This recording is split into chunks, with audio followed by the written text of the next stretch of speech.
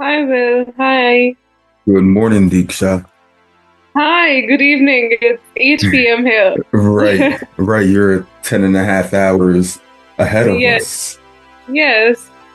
hmm I took note.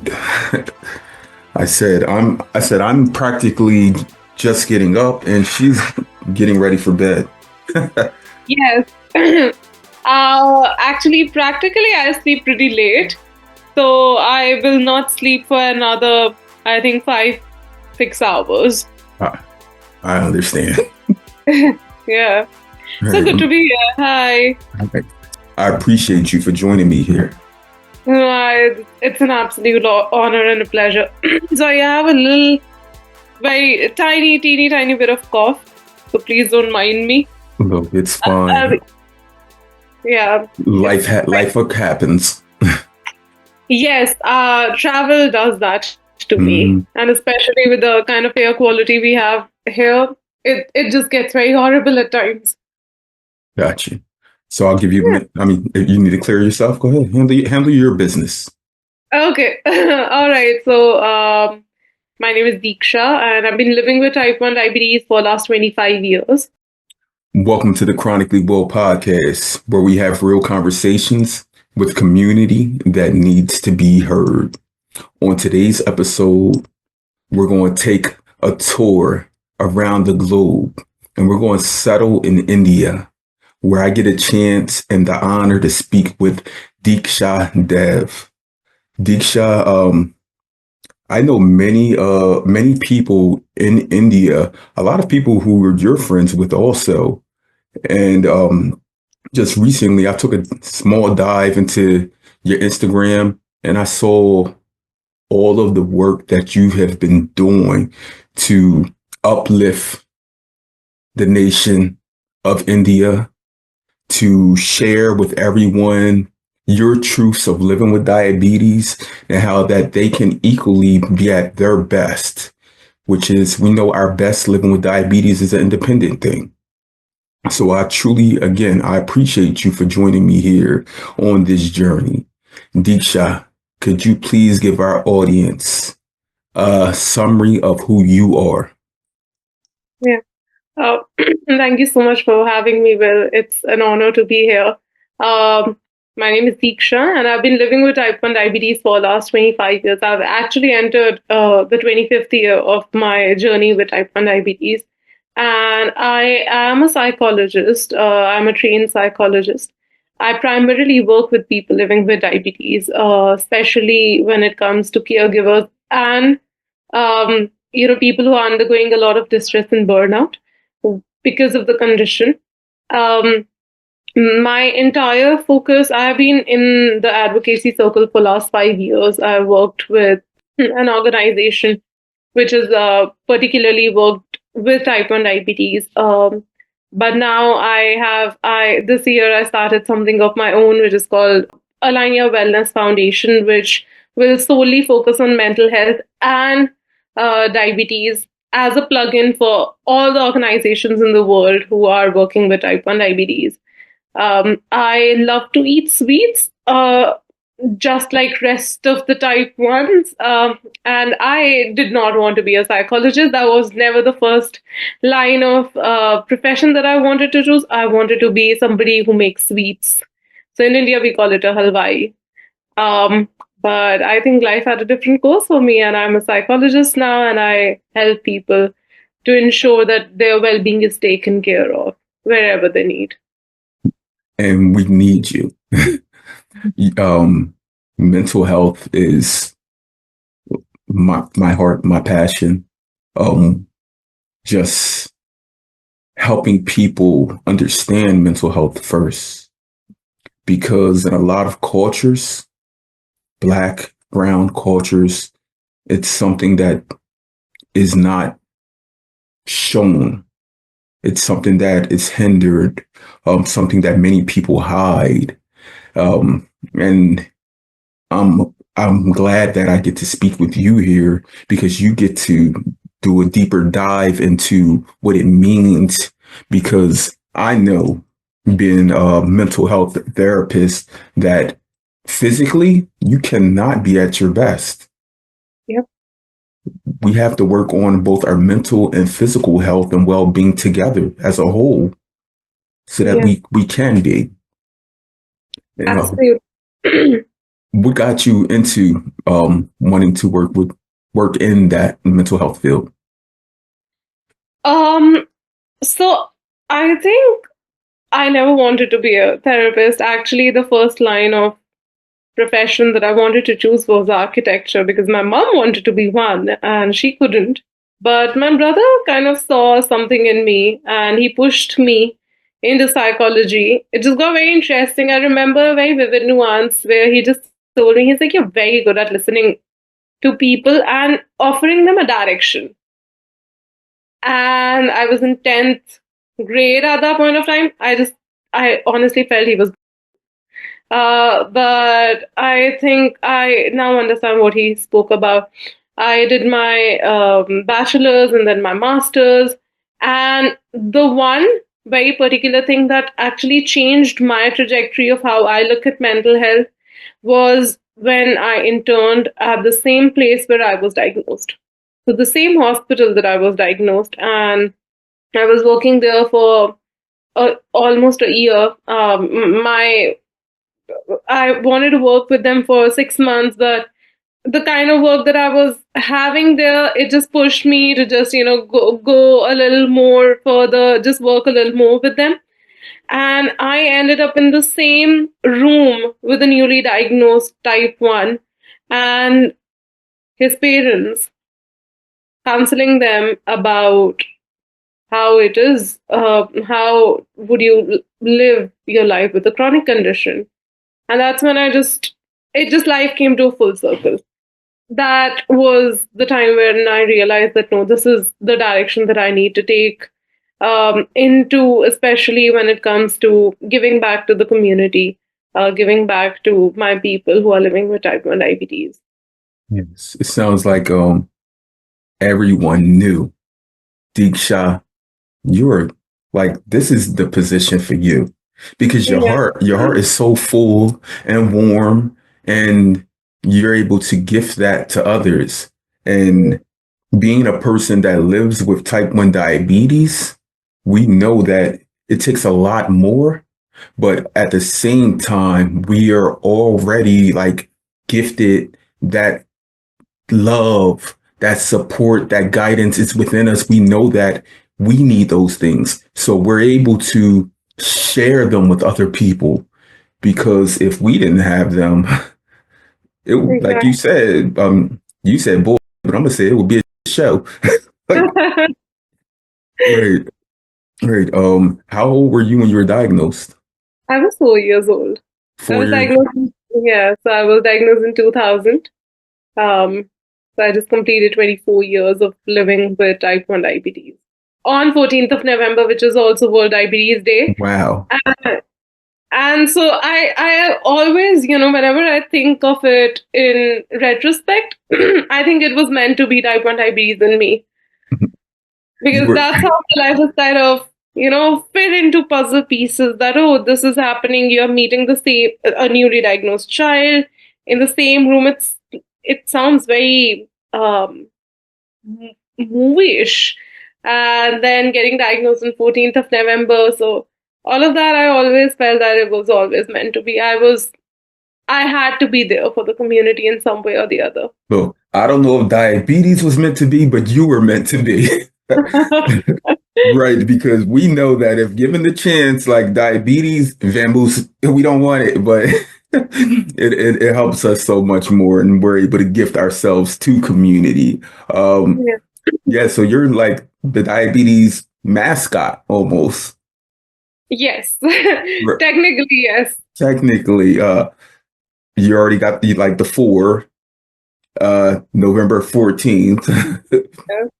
Yeah, yeah, that's I'm not gonna say it's great, but you're definitely someone that needed to be input in this community to be able to reach and share with people because diabetes is literally like all you know. Exactly. And that person who was in the hospital, that young person, you were able to also help them move forward. And I'm telling you, I did a quick dive through your feed, through your Instagram, and I said, she's helping thousands upon thousands of people, and you're helping them lessen this burden that is living with type 1 diabetes. Because people who don't live with it, people who aren't the caregivers of someone that lives with it, they truly have no idea what type 1 diabetes is, what it means to us, and how much it truly travels with us in every aspect of our day, of our life, every second, every moment. Yeah. Just, the caregivers part, I'm very, I wouldn't say touchy, but that's one area that I'm extremely passionate about. Not just with people living with type 1 diabetes, because I am somebody who is living with it, but caregivers have an extra special space in my heart for the simple fact that I was diagnosed at the age of 4. I was little. I mean, I don't even remember a life before diabetes, honestly. My parents have vicariously lived with the condition for the longest period of time. And in this entire, you know, system, this ecosystem of type 1 diabetes, I know the focus is on the person who has it, but everyone forgets the parents, the caregivers, the siblings who play such an important part in ensuring that you are being taken care of, that you just don't survive, but you also thrive. So, for me, that particular thing is something that I always advocate for. That if you're talking about me as a person living with type 1 diabetes, you also need to keep in consideration my parents and my sibling who have been the actual strength behind me being so empowered. I wouldn't have been me if it wouldn't have been for them. If they wouldn't have seen type 1 diabetes as something which has to live with me, but also not letting it hinder the process of me living my life as I wanted. May it be education, may it be extracurriculars, may it be doing anything that I wanted, may it be traveling, whatever. So I always give them the major credit. I have done just the 20%, they have done the 80%. Right.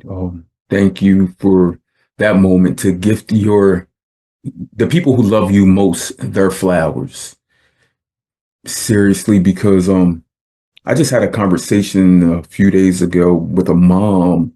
I have conversations every day with people like you. Like it seems like thousands of people on, and I had a conversation with a mom who her daughter was diagnosed as a toddler, and she had made a post, and she was just sharing how her daughter is, I think, 4 now, and she was diagnosed at 2, and she was sharing how she does not let her daughter take on any of this burden. Like she Yeah, was like when her daughter's sitting down, getting ready to eat and whatnot, because her daughter uses a pump, and she's like, she dials in all the numbers. She keeps track of everything, even hormonal, adrenaline, all of those things, and her daughter knows nothing about it. And I yeah, said, that is the best. Like, and at the same time, I'm like, wow, it's all on you, like the mental, the physical, the yeah, psychological, all of those things. But as parents, like true parents, they want their children to be at their best, like yeah. no matter what. And that's something that your loved ones was able to gift you because you're like literally like you're a psychologist. Like um, you could have been a culinary artist. You could have been an architect. And I'm going to reverse to that because I went to school for architecture before I went into the mental health field. I said, when you were saying, like, I wrote it down, I said, wow, like so many similarities. Like, but this is our true calling. Absolutely. Yeah, I mean, no parents would like to see their child crying when they are being injected or, pricking them so many times because that's what pumps are not that readily. Pumps are readily available in India, but the cost is a lot. Um, so people try to go for multiple daily injections, tech is costly, so you have to use your regular glucometers. No parents like to prick their children at all. I Right. think it's mm, my parents worked as my pancreas, and then they gave the baton to me to work as my own pancreas. So that's what we have been doing, I think. And you Um, can't give it to anyone. and I can't give it to anyone. Right. It stays with me. It's our burden now. Yes. It makes But me I think it needs to be a shared burden. It doesn't feel like a burden because um, when you have a great ecosystem, you have a great support system. It doesn't feel like a burden. You all, I think anyone who's not even living with type 1 diabetes or any chronic condition do have bad days and good days. So do we. Ours are a little worse when it comes to bad days if you're getting a lot of hypoglycemias and hyperglycemias. But I have always looked at it like that it's not a burden that I have to, it's like a very shared thing. When I don't want to do something, I'll ask my parents to do it. Can you count this for me, please? Deeksha, I I want don't to want, I want to take a deep dive into this conversation you're saying yes, because I often tell people, I mean, we do deal with burnout when we like when something occurs that we truly weren't expecting, like a cannula coming out and us our body's not receiving insulin or a yeah, hypoglycemic episode. Like we're like, where did that come from?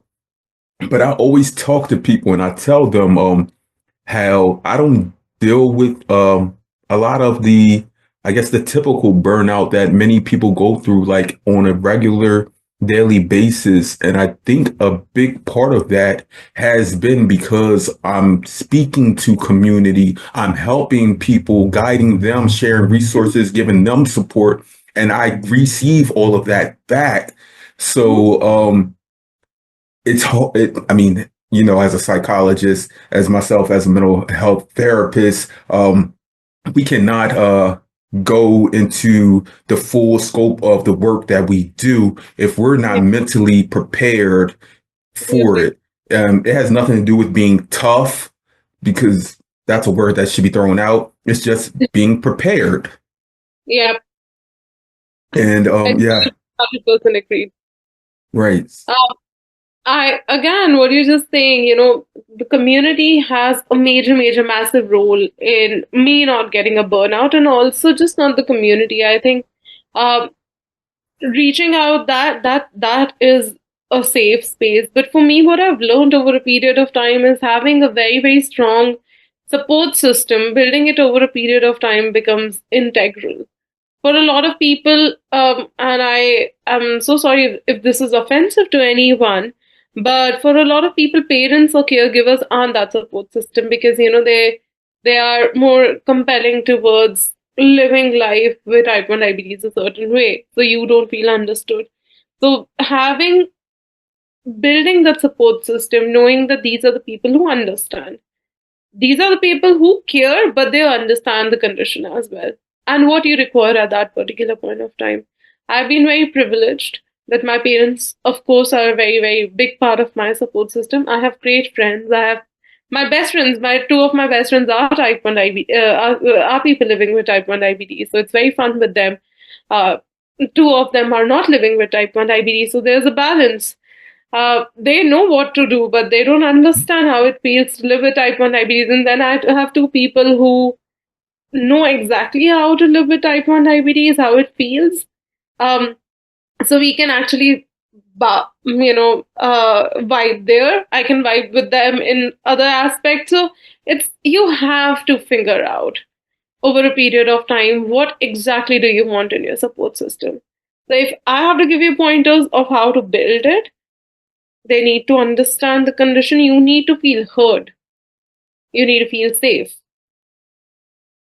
And at no point of time you should feel that you are being judged.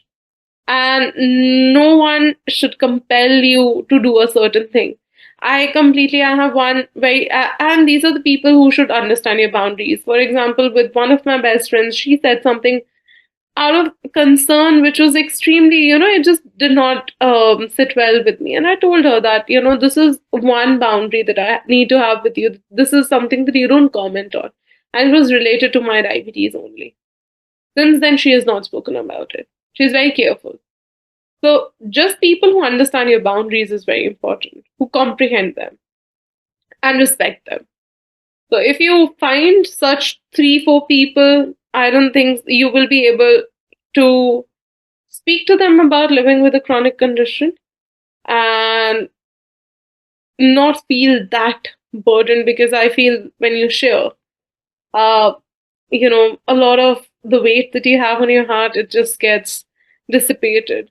Else, you can always have a therapist. You can talk to Will, you can talk to Deeksha, you can always reach out to us if you need any professional help. But it's always good to have a very solid support system in place, especially when you're living with a chronic condition like ours, which doesn't leave us alone at any point of time. At any point of time. The true indeed, chronic meaning forever. Yes, And that's another thing that not people don't even for understand. a second. Yes. Right.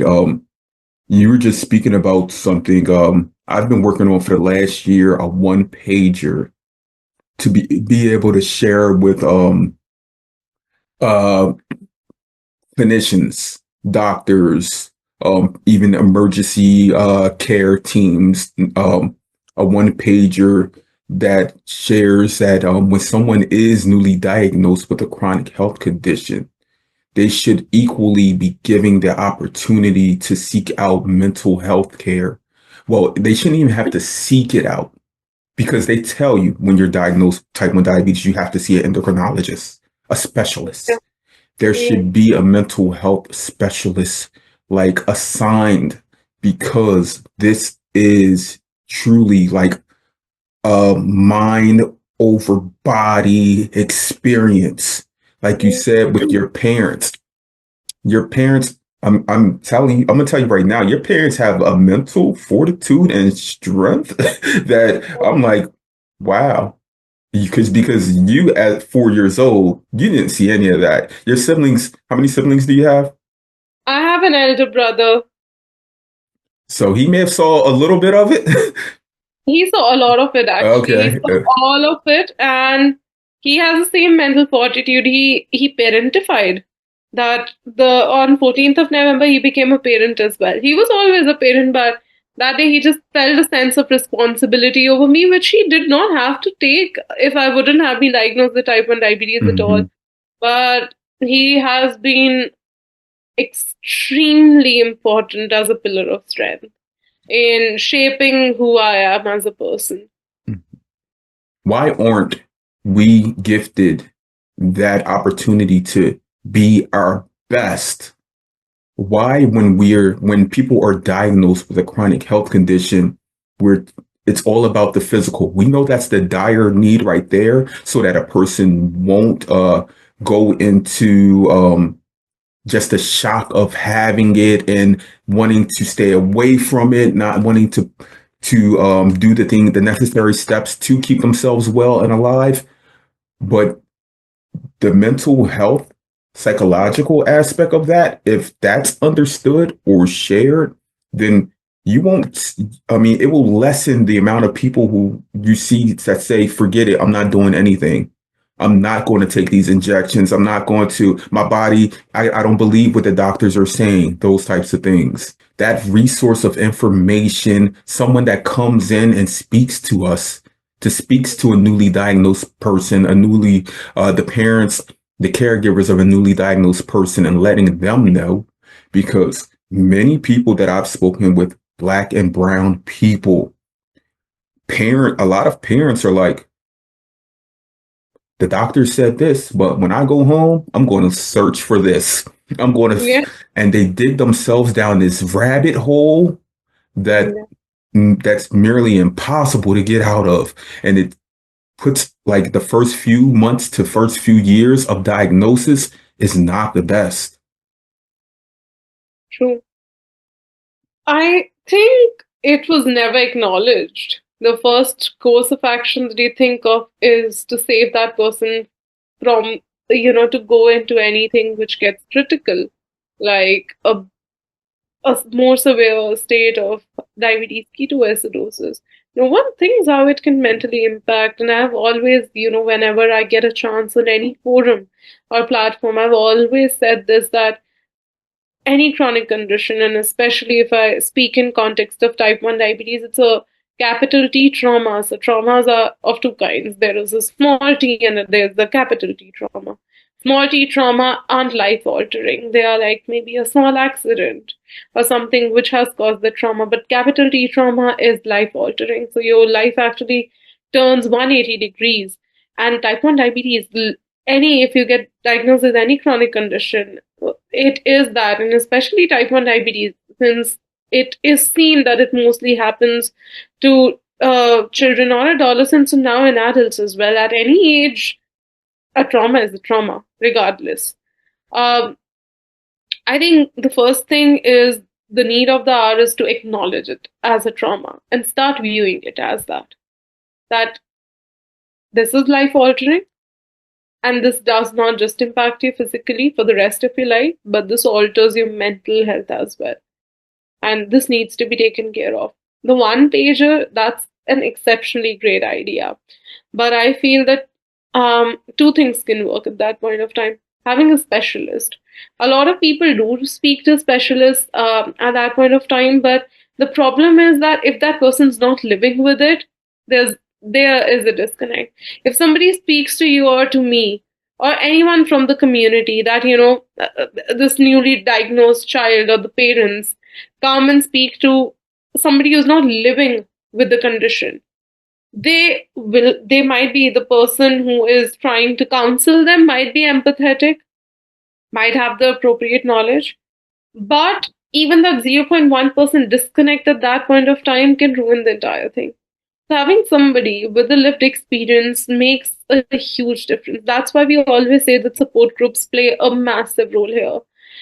Peer support groups, peer support advocates, champions, all of these people should be on board, and they should be given at least some very basic amount of knowledge about active listening, if nothing else.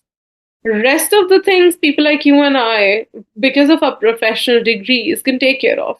But at that point of time, you just need somebody to rant to, honestly. You don't have to give them, sermons about, oh, this is how your life is going to be, it's all going to be great, and it's all flowery after this, because it's not.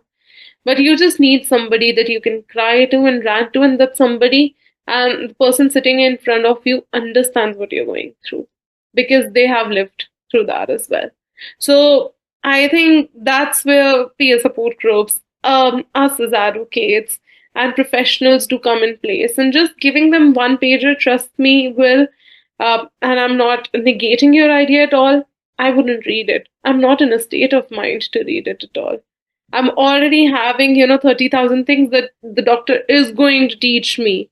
Oh, this is how you take insulin. This is the injection technique. This is how you count carbs. This is the ICR. This is your ISF. And you're like, I hated maths. Now I have to do all of this and also prick myself. Well, wow. Don't want to do it. Right. See, that one pager whole idea. But see, that wasn't for the patient. I That love was the idea. that was for the medical team. I love that idea. The medical team needs to be taught. Yeah. Simple thing. HCPs need to be, and with all due respect to my doctors and all the doctors in the world who are doing exceptional work in our field, they need to be sat down and told that at any point of time, you feel that this person, the one pager, can have all the symptoms of burnout or distress that you feel within a person who already is living with it, or for caregivers, it can be three one pagers for different categories, and even for people who are newly diagnosed. And then we as professionals can come and you can send them to us. We are not going to give them advice on medication. That's Right. not our job. But this part we can take care of, and that is why that was the entire idea of starting my own foundation, Alignia. That I don't want to have another medical setup. I don't want to have another peer support group. I want to have a plug-in that can work with different organizations because you already have communities built in. I would like to come in, and if you see that these are the burnout and distress stages that this particular person or your particular community member is going through, send them to us. We'll try to help them in whatever mental capacity we can, and they will stay with your community. We are not going to, poach people or anything. And Right. the entire community is one big family anyway. So working as a plugin was always the idea. And that's where the one pager idea is something that both of us can work on for sure. Right. That plug-in idea that you're stating, you being the plug, basically. Yeah, We being the plug. absolutely. Right. Because I know that personally, like when we have certain events here, I may be called upon to be there, like say a few years ago, like the JDRF would have like Yeah, events at like different baseball games, and I would go yeah, there and they would want me to like approach newly diagnosed families because many of them are dealing with this traumatic experience of this new diagnosis and just don't know where to go with it. And I would just approach them and just have a one-on-one conversation while at a baseball game, just letting them know like how I've been able to care for myself, and my parents have also for the last 22 plus years, and that today I am at my best, like really, and like parents were so appreciative of just that 5 minute conversation because exactly. it's a conversation that was missed upon that diagnosis. Absolutely. It makes that those 5 minutes, what you're saying is so right, that that 5 minutes changes everything for you. From your diagnosis till the time you don't feel like you start feeling like yourself. Just talking to somebody who is living with it. Um, it's just it changes the trajectory of how the rest of your journey with type 1 diabetes is going to look like. And people like you will are very important to the community. What People you're doing like with you, Deeksha, we're here to give you flowers. This is your I, platform today, where oh you no, look, seriously. look. Thank you. I think each one of us are doing God's work, honestly, and this is required. Right. So it's about us not only lessening the burden, but just being able to like gift opportunity Absolutely. because once someone meets someone like us, just think of a newly diagnosed child, meet Yeah. someone like you. They may be 4 years old, maybe 10 years old, but you're a model for them. Like really, like a role model. You're a peer model for their parents, letting them know that they see the smile on your face while you're injecting insulin, while you're telling them about all of the burden that you go through, but you're still smiling. Yeah. Like, because many people on the outside hear diabetes, they got diagnosed with diabetes. Oh no, like, oh no, but we know that since 1922, it has changed a lot and it continues to change. Um, really, like 1929 is a number that always sticks to my mind. 1929. I always tell people 7 years after the first person in Northern America was given insulin, Yeah. uh, it took 7 years until someone in India was given insulin. Yeah. And when you think of that time lapse, like it's crazy, really, when you think of it, It, because of the global population of India, the yeah. resources that were there and readily available then. And that's primarily the lack, like just because of the color of your skin, really. Like it took upwards of 10 years before the first person of color here in the US was given insulin. And that's to no fault of our own. Exactly. But today, we know that we will not allow anyone to push forward with an agenda without including us. Absolutely. That includes the insulin manufacturers, the medical health companies, the insurance companies, Yep. all of those things, because we know that they're not equally represented across the spectrum Yep. when we all need insulin to live. Absolutely. I'm huge into research and Mm. science and research history as well. Um, in in India, are y'all shared the diagnosis or when what's her name Kumudini? Are y'all shared information about her when she was given insulin in 1929? Not at all. Okay. So Yep. from my research, I think in like 2019, 2020, like I did a deep dive into the history of insulin and trying to find out when the first person of color was given insulin. And she Yeah. was the person that kept on popping up. And like it was limited in the information. It just Yeah. said that she was 12 and that more than likely she passed early on. I remember it said she was married at 11 years old.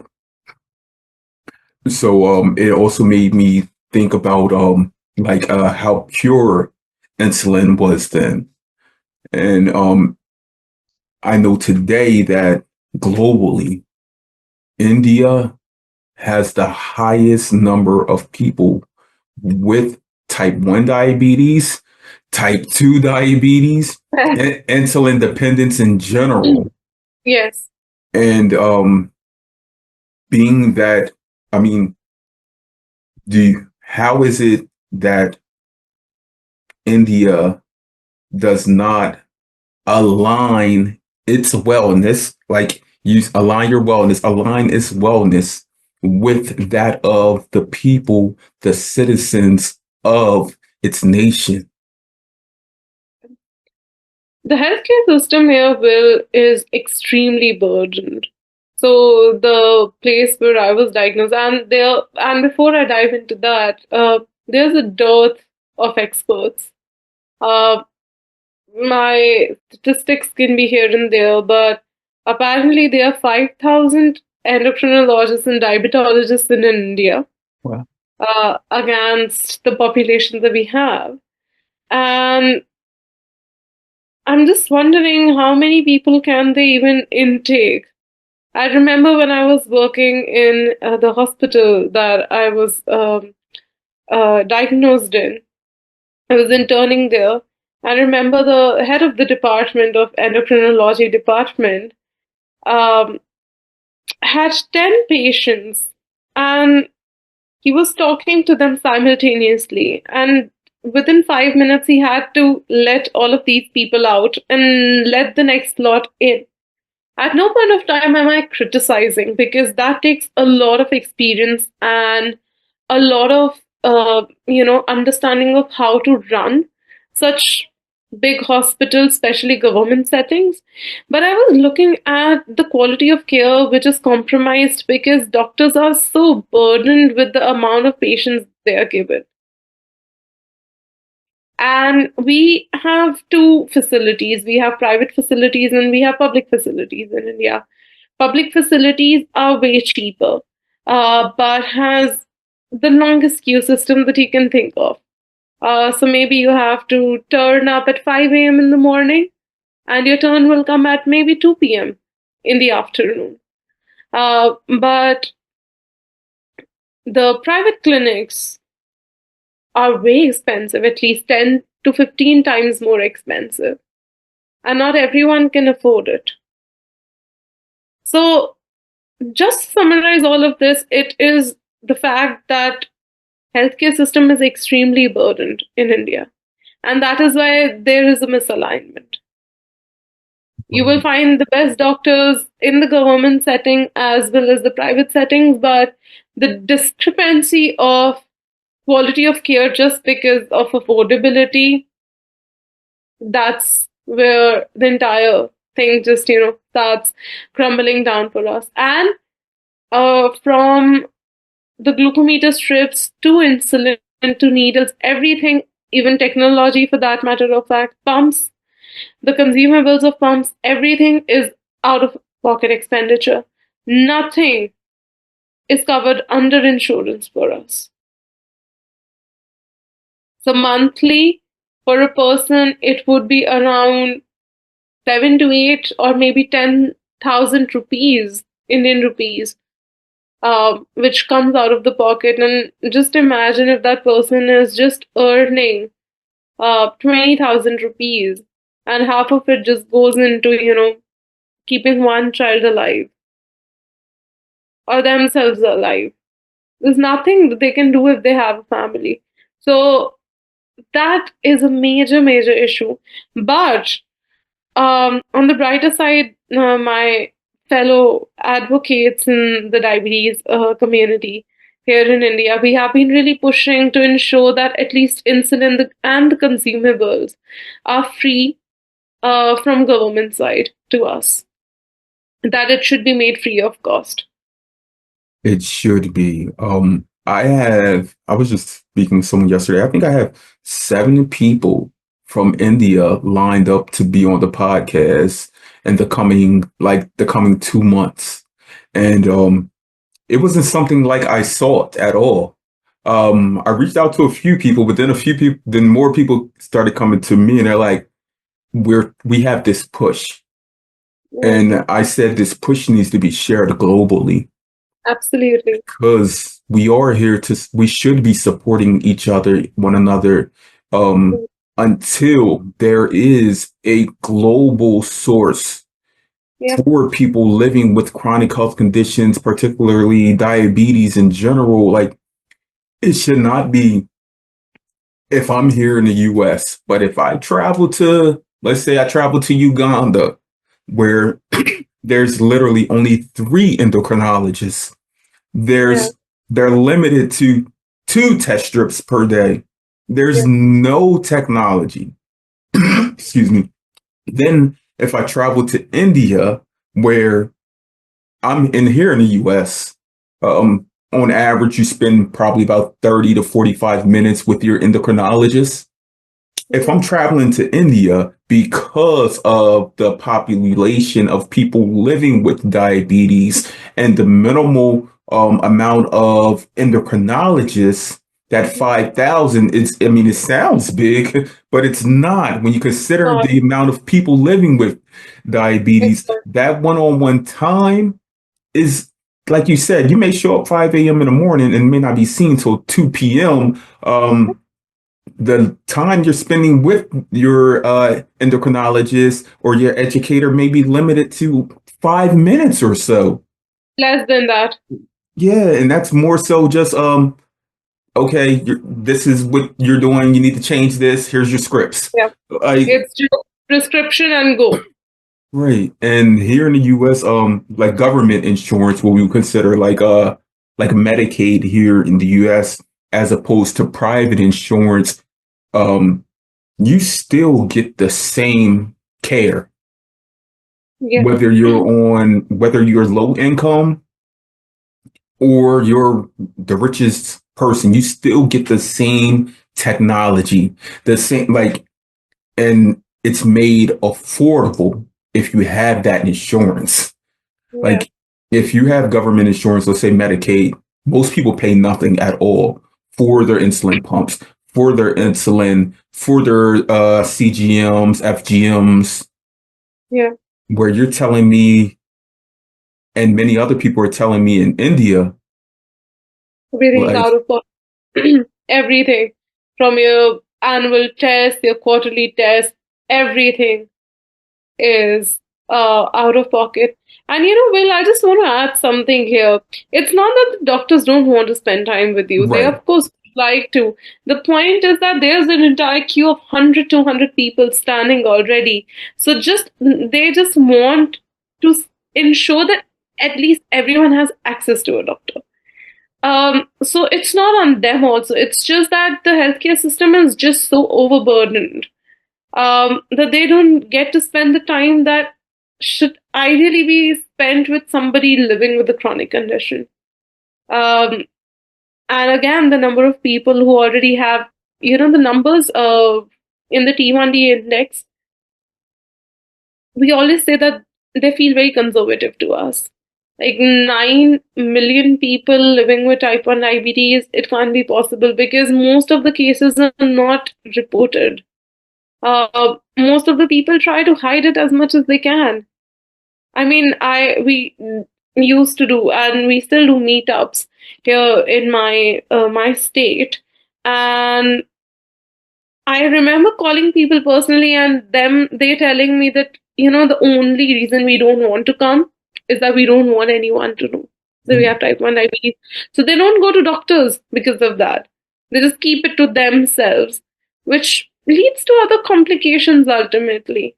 And in the T1D index itself, it says I think 10 million or 11 million people are missing because of misdiagnosis, because they don't have access to experts, because they don't have access to the medication that's required, because of not having access to consumables.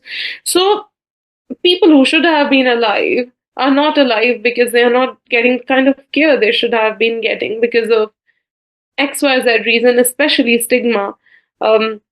Which is also, which comes in the psychosocial factors, but there is also an entire population which is getting not the best quality care that they should get because they're living with a chronic condition. So it's just, there is a misalignment which needs to be done, and till the time government doesn't enter this space, they don't start doing things, it won't be aligned. So our focus, at least, for 2025, that is my focus, that I really need to get into policy deep till my knees so that, we can push governments, because India's already doing really good work in certain states like Kerala, Tamil Nadu, Madhya Pradesh, Rajasthan, now Dehradun. All of these already have governments on board giving free insulin and consumables to people living with type 1 diabetes. We want that at least in this coming year, we are able to push maximum states to do the same for us, including mine, which is Punjab, where I'm staying. Along with that, we also want that, so we pay taxes on the medicine, on insulin, and on technology and consumables as well. So we pay 18% tax on CGMs, which shouldn't be there at all because it's not an item of luxury. It is a necessity. So our entire point right now is that we started, I think, mid-December, not mid-December, a little earlier than Christmas. We started this entire petition, and this is a humble request to whosoever is watching or listening to this podcast to sign that petition. I'll just share the link to Could you you repeat? that. Could you repeat that? Like, this is your platform. Let them know. Yes, Talk to the absolutely. people. So we do have taxes imposed on our CGM. So we pay 18% tax on while we purchase a CGM, which shouldn't be there because CGM is not a luxury, it is a necessity. It's a piece of device that we can put on a child because they get very uncomfortable with pricking so many times and maybe their sugar levels are all over the place. For me, it is important because I have been living with it for such a long time, and for me, time and range is important. Or for any newly diagnosed person, for everyone living with type 1 diabetes. Why are we paying extra taxes for that? So what we have started along with other type 1 diabetes advocates is that we started a petition so that so we have a budget session in March here in India, and we want to send a representation to government which says that there should be the tax should be removed from we should not be paying any tax while we are purchasing CGMs or insulin or any consumables which we require to manage our diabetes.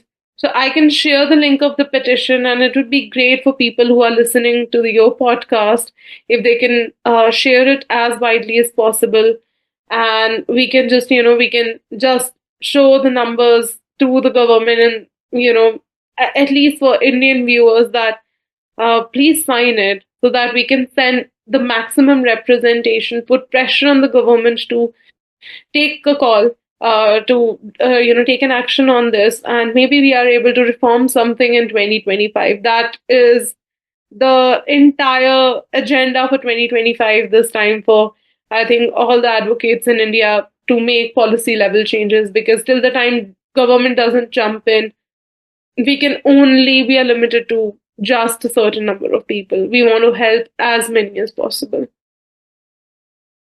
Thank you for that. I'm trying to remember who. So I've shared this link. I run a group aligned with the podcast, Chronically Woke Podcast, people of color, and it's people around the world. And I've shared the link in the group as recently as this past week. And I remember someone asking me privately, why should we all take part in this? Well, sir, someone who's in the group shared someone who's not in the group anymore asking. They asked them, why is he sharing this information? Because they started talking about the taxes and how it doesn't represent it doesn't represent as a whole what people are putting into. And I tried to let them know this is a global thing. This isn't just here in the US. Like, this is in India, where we have the most amount of people living with diabetes in the world. And we need a push. We need a push. We need to place this in the forefront of the media, both privately and publicly, more so publicly, because when the public sees it, and if let's say, if I have a following of, let's say, 14,000 people, if even 10% of that group sees that and they sign it, it will help lessen this burden. We need this public push, because we are truly a family, because no one else knows the things that we go through, the obstacles, the different transitions from technology and the advancements in insulin, all of those things. This burden truly needs to be lessened. And it's hard being like, we're people living with this, and we are the ones having to push this at the same time. Like, we need more people on the outside. We're inside the fishbowl. We're inside the fishbowl. We need the people that are just looking from the outside to somehow just, they don't even gotta understand. Just see it. Exactly. Just see it. Read that attention-getting headliner on how there are babies really diagnosed, and this will make their lives so much better. Absolutely. Because I know if I see that, it's going to make me want to do something. I'm just going to share a very small instance. I have been working with a child lately. Comes from a very, very underprivileged background. Stays in the smallest room with two of his other siblings and parents. And he got diagnosed 5 years back, almost 5 years back. At the age of 4, he is 7 now. Not 5 years back, 3 years back, and he's 7 now. He's 7 plus, and his growth is stunted because no one taught him or his parents how to manage it. The organization his parents are a part of are sponsoring sensors for him, and they are not even earning so a sensor costs 5,500 Indian rupees here in India. and the cost is increasing. Um, the parents don't even earn that much, as far as I know. The organization is putting on him, but then there is a dependency. And I'm just, even the people from that particular organization, and I were in talks, and we were like, till how long can this dependency be there? So just cutting down 18% of those taxes can make it affordable to so many people. I think all of us, even if you're earning real well here in India, you hesitate to purchase a sensor which is so costly, although it is life changing. Tech changes the entire way your management looks like. But the point that I'm trying to make here is that is why it is so important that we take a call as a global family and not just, as individual countries, so that we help everyone have the same access to technology and to medication, that anyone, it needs to be uniform in the entire world. I know that sounds very utopian, but I think if we push, we will be able to um, do it as well. Because as far as I always give this example that people living with HIV were able to do it, why not us? Why Just not because, us? yeah, just because they collectively took it in their hands. We want this. We want our medication. We want it free of cost. We don't care how we get it, but everyone in the world needs an access to it. At least most of the countries are providing the medications free of cost. Why not diabetes then? When the world, half of the world is impacted by it. I always ask people that, do you know anyone living with diabetes? Trust me, everyone will say yes. Somebody from the neighborhood, in my own family, somebody is impacted by diabetes. So why aren't we doing and taking the charge of it and ensuring that everyone gets the medication that they require to thrive? Right. So, for context, for people in the US who are watching or listening to this, 5,500 rupees is the equivalent of between 64, 65 American dollars. Um, and when you say like a family that basically that is low income Yeah. has to pay 64 to $65 for CGM, or probably just a FGM, a flash glucose monitor. A flash glucose monitor, is that Uh, what we get? We don't get CGMs in right. India. Right. So, for that, just a little more context to that. As I said, if you have Medicaid here in the US, you do not have to pay a tax on your medical supplier or medical devices, technology. You can get a 3 month supply of no cost. The max payout typically is maybe $3. Like, it makes It makes sense, everyone. It makes sense for Deeksha, for the advocates, for the people living with diabetes in India and across the world. It makes sense for us all to come together to lessen this burden for this family and the millions of other families across the globe. Like, we have to do better. We have to make it make more sense. We have to come together as a community to rid the media of its misconceptions of what it is living with diabetes.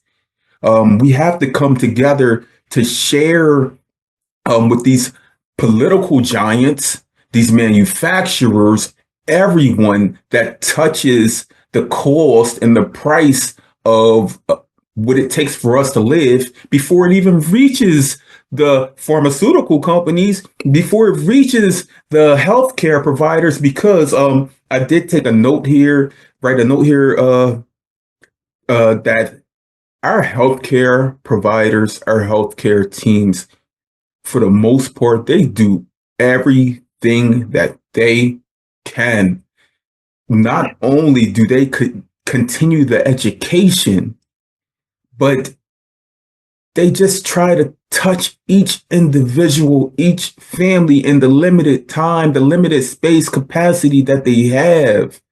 And if it Yeah, wasn't for them and their continued growth and their continued education, their continued learning, we wouldn't be here today, because that was Dr. Frederick Banting over a absolutely. hundred years ago. Yes, We must all take a part of that with us as we move forward in lessening this burden that is living with this chronic health condition that we both live with, that is type 1 diabetes. absolutely. Do you know or have a sense of why is the cost of insulin continuously rising in India?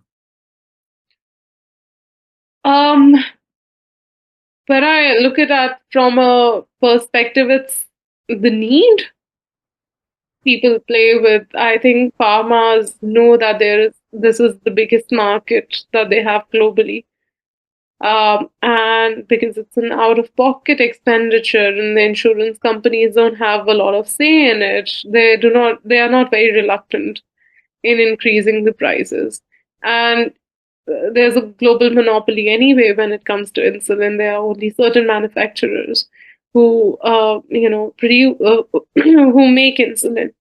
So with India, they find a bigger market with HCPs, with patients and everything, and they are not very reluctant in increasing the prices. And I know in India, in last 10 years, there has been a maximum hike across globe.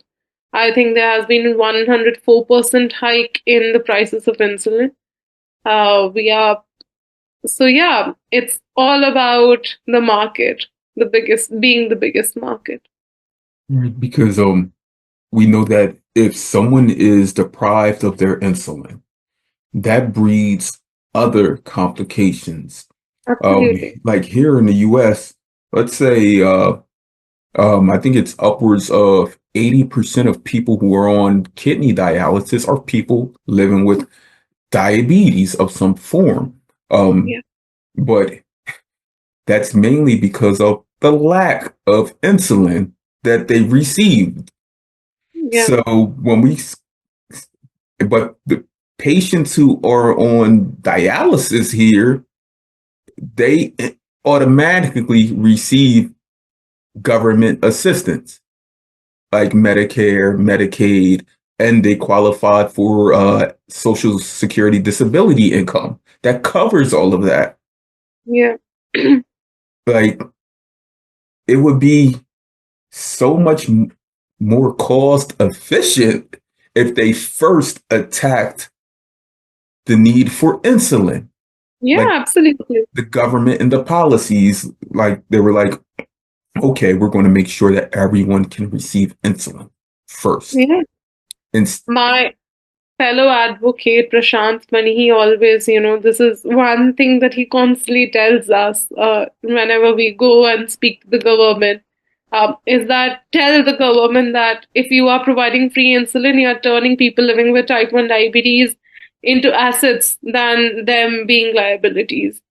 And that's something that I think that is something where us as advocates have to be more vocal and more pressurizing about that. This is why we are asking for insulin so consistently, at least for free insulin and consumables for everyone living with type 1 diabetes. And also the fact that when pharma deals with government directly, the efficiency is absolutely different. The rates that are quoted are very different. So if it is procured from the government and coming to us, it would be way easier. Or maybe if not, if you don't want to give it to everyone for free, but at least take off the taxes. Maybe give it on special prices, on prices.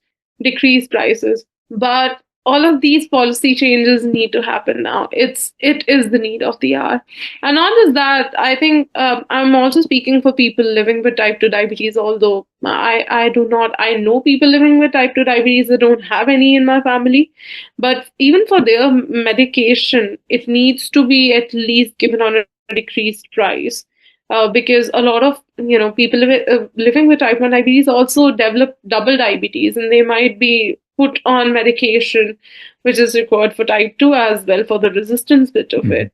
So I think just ensuring that everyone with diabetes is catered to is very important. It is the need of the hour. Because what you're saying is right. Any type of diabetes can cause complications because it's uncontrolled. And with type 1, the complications happen but way later. With type 2, the fact is that there is, number one, lesser care that is taken by the person who is living with it. For us, it is a mandate now.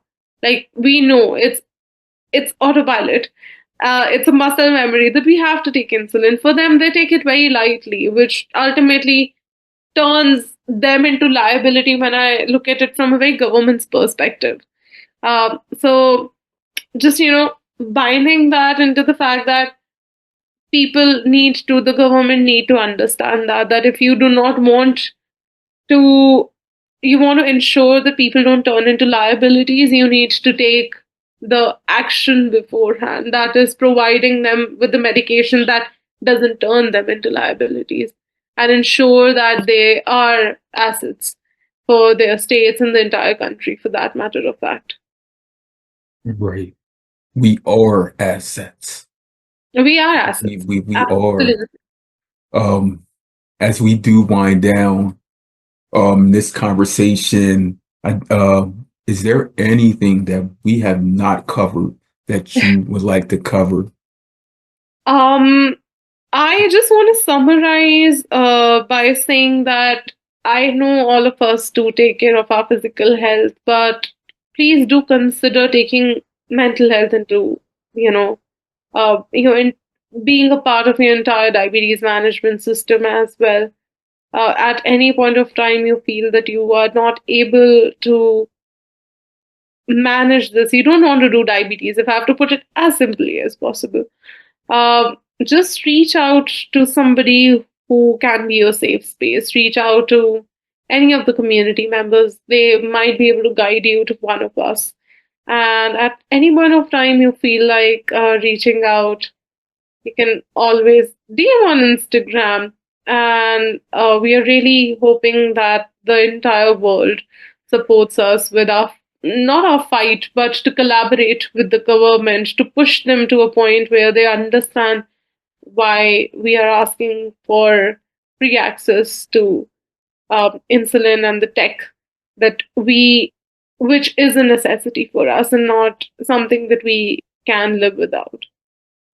So, but and lastly, Will, thank you so much for having me. I mean, this has been a great platform for me to just, speak my mind and also speak about the efforts of my fellow advocates in India who are doing some exceptional work when it comes to policy. Right. And I And can't wait to be able to have those conversations with them and continue this because can sense it in everyone that you truly are passionate about what you do and that you will make this change occur. Um, and I must ask, is there any advice you would like to give to a newly diagnosed person or the parents of a newly diagnosed person living with type 1 diabetes? yes, it was going to be hell of a roller coaster ride, but it's not a bad life with diabetes at all. Everything is manageable. Learn about diabetes. Don't just go on to multiple sites and take all the information. Don't try to absorb all the information, and speak to somebody, maybe a community leader, a champion, a type 1 diabetes advocate who can actually tell you how it feels and guide you through that little phase of darkness. But there's always light at the end of this tunnel, and there's this entire big garden and an entire new family that you'll find support in when it comes to type 1 diabetes. So worry little, learn more. And Deeksha, I tell people this often. Like I would consider I'm an emotional being. Like I'm okay with that. I'm a man. I'm okay with that. But also I'm an emotional thug because at the same time I'm ready to fight for whatever. And throughout this heartfelt and warming conversation, I felt it in here so many times because love feels love. Like seriously, and I know how much you love your people, you love your community. I equally love all of us. And I must ask you this final question. I've imagined my life without diabetes. I have. I've imagined a world free of diabetes. Seriously. And with the advancements in technology and science and research, we do see a future without diabetes. Um, on the day, Deeksha, on the day a cure is here, Yeah. everyone you know is free of diabetes or able to become free of diabetes. On that day, you are cured. What do you do? I'm gonna hit the gym without getting anxious about the fact that I might get a hypo in between my workout, and then go and have a box of donuts without having to think that I have to bolus for this. So And, yeah, that's how my day is going to look like. and I'm going to take note of that because on the day a cure is readily available in Deeksha, you've been cured, I'm going to make sure I gift you a box of donuts That would because be, you are deserving of it. I'm sure. Um, and I can't wait to work on that one pager with you. So I'm going to bug you on that. I am going to hold you accountable for Yes. that. We have already started working on it. And I have a question for you before we end. What would you do the day you are cured? On the day I am cured, Deeksha, the first time I was asked this, tears came down my face, and I would just probably just fall to my knees and just thank God because I'm not only thinking of myself, I'm thinking So about everyone. I promise you, I love all of us equally. And on that day, I'm just going to just thank God for real because we we have God with us. You spoke about it openly in the beginning of this conversation, and we know that we must always lean on an higher power for that belief, for that faith. And so I would just thank and honor God for that. that's just beautiful, Will. And on that note, Deeksha Dev, my sister, thank you for joining me on the Chronically Well So much podcast, for Thank where you so we much for having me. where we have real conversations with community that need to be heard. And Deeksha, you are definitely someone that needs to be heard. Thank you. Thank you so much for having me.